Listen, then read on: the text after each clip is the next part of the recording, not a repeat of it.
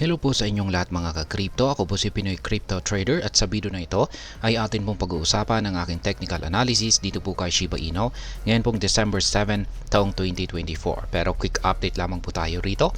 Kaya diretso na po tayo sa pagte-technical analysis sa daily chart time frame ni SHIB. At ayan po yung aking mga previous projection dito kung saan ay isa po sa aking projection rito ay patuloy pong makakaranas ng consolidation itong si Shiba Inu. Yan, dito po sa loob ng ating ascending triangle pattern. Yan, zoom out po natin. At nabuo po yung ating ascending triangle pattern na yan dahil sa trend support natin dito sa ibaba. At tsaka trend resistance naman dito sa ibaba. Dito sa itaas. Kaya ito po yung mga rejections.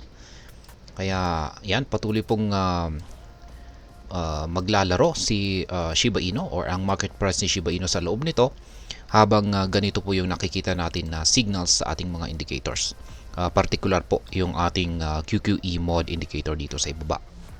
Yan, habang patuloy po na lumiliit yung sukat ng mga nabubuong QQE bars natin dito, ay ibig pong sabihin ay nanghihina po ang bullish pressure. Yan, or yung momentum natin dito kay SHIB. Yan, basta kapag lumiit po yung sukat ng mga QQE bars natin dito ay nanghihina na rin yung momentum, or ibig pong sabihin ay nawawalan po siya ng kakayahan na gumalaw ng or magkaroon ng malalaking paggalaw. Kaya kapag ganito po yung sukat, kapag lumiit po ng halos ganito kaliit na sukat, ay mapapansin po natin na halos maliliit na rin ang mga nabubuong candlestick natin. Kaya ayan, at mukhang patungo po sa ganyang kalagayan ang market price ni SHIB. Ayan, kaya nananatili pa rin yung aking prediction dito kay SHIB na sa mga paparating na araw ay mukhang patuloy po ito sa kanyang pagkukonsolidate. Ayan. Nitong nakarang araw, nitong December 4 ay binantayan po natin itong si SHIB. Ayan, ang akala natin ay magkakaroon siya ng breakout dito sa upper portion ng ating pattern na ito. Kasi yung pag nabasag po ito ay mataas po ang posibilidad na magpapatuloy ito sa kanyang pag-angat sa presyo. At yung sunod po na target natin dito or nakaabang na target natin dito ay ang minor resistance natin dito sa presyong 40 digits 36.49. Ayan, kaya yan po ang unang target natin kung sakaling siya ay nakaranas ng breakout dito.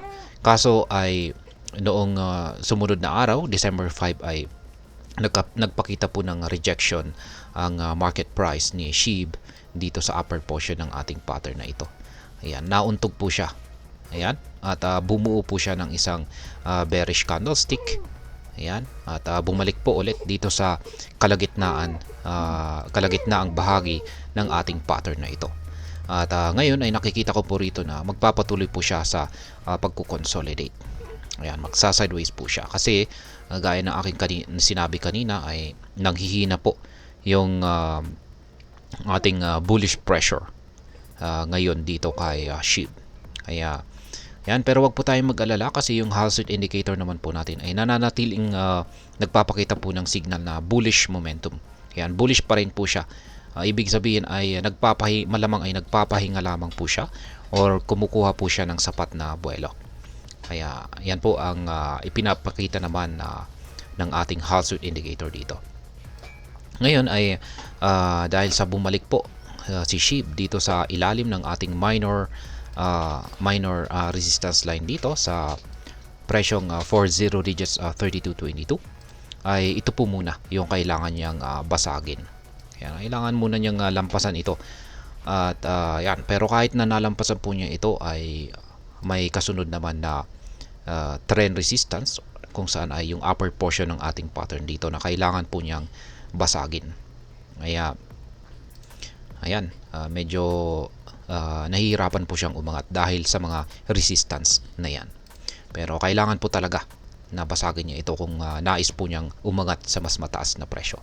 At syempre, nandyan pa rin po yung chances na posibleng bumagsak itong si Shiba Inu. Lalong-lalo na at yung pattern na ginagalawan nito ay isang ascending triangle pattern. Yung ganitong pattern ay kadalasan ay nauuwi po ito sa pagbagsak sa presyo.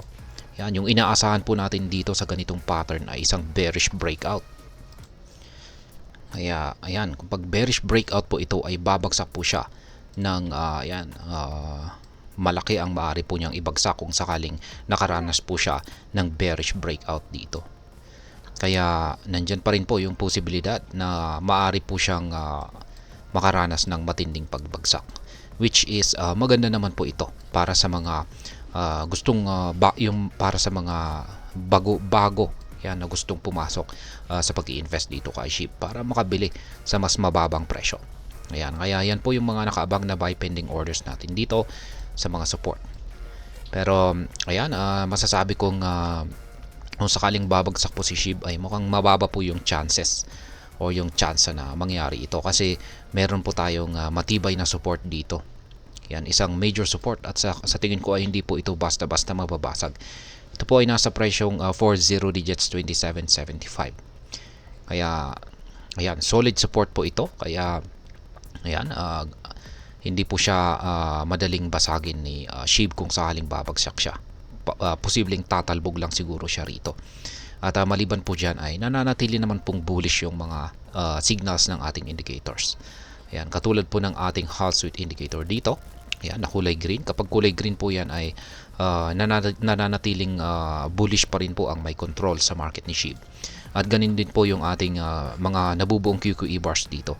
Kapag kulay blue yung mga kulay nito, ibig sabihin ay nananatiling yung mga bulls ang may control sa market ni SHIB. Kaya, ayan. Kaya kung sakaling napapansin natin na ito ay bumabagsak or nagko-consolidate, pansamantala lamang po yan. At malamang ay sa bandang huli ay ipagpapatuloy na rin po niya ang kanyang pag-angat sa presyo. Unless na meron po tayong pagbabago sa ating mga indicators na nagsasabing bearish na ang kalagayan ng market ni SHIB.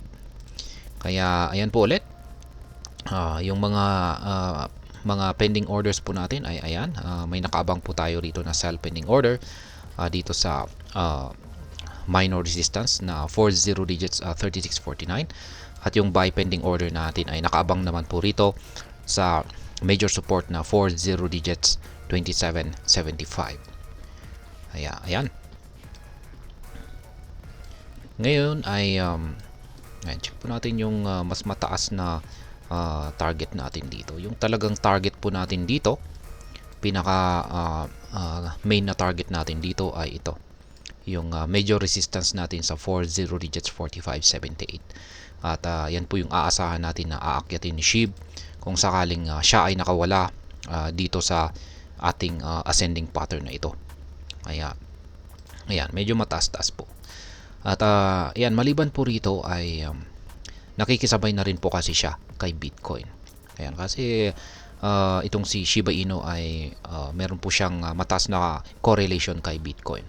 Ayan, na technical analysis po natin itong si Bitcoin na ayan, umaangat po itong si Bitcoin. Kaso ay nagpakita po siya ng rejection sa ating major resistance line dito sa 100,482.73. Yan, di po niya talaga kayang lampasan yung major resistance natin dito, kaya nauntog siya. Kaya yan po ang siyang nagre-reflect or parang nararanasan na rin na kalagayan nitong si SHIB. Ayan, yung parang dito naman ay yung upper portion ng ating pattern dito. Yan, nahihirapan po siyang lampasan ito. Kaya ayan po ulit, yung aking analysis or nakikita ko po na posibleng magiging galaw ni Shiba Inu sa mga paparating na araw ay tuloy lamang po yung kanyang consolidation dito sa loob ng ating ascending triangle pattern na ito.